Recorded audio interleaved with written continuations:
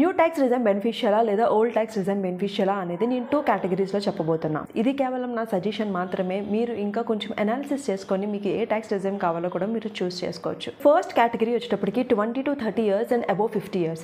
వీళ్ళకి new tax regime అనేది advantage కింద చెప్పొచ్చు. ఎందుకు అని అంటారా? బికాస్ వీళ్ళకి డిడక్షన్స్ చాలా తక్కువ ఉంటాయి. సో డిడక్షన్స్ తక్కువ ఉన్నప్పుడు వీళ్ళకి మాక్సిమం 15,000 నుంచి 60,000 వరకు ట్యాక్స్ సేవింగ్స్ అనేది చేయొచ్చు మనం న్యూ ట్యాక్స్ రిజైమ్లో. మరి ఓల్డ్ ట్యాక్స్ రిజైమ్ ఎవరికి బెనిఫిషియల్ అంటారా? 30 to 50 years వరకు. బికాస్ వీళ్ళకి డిడక్షన్స్ ఎక్కువ ఉంటాయి.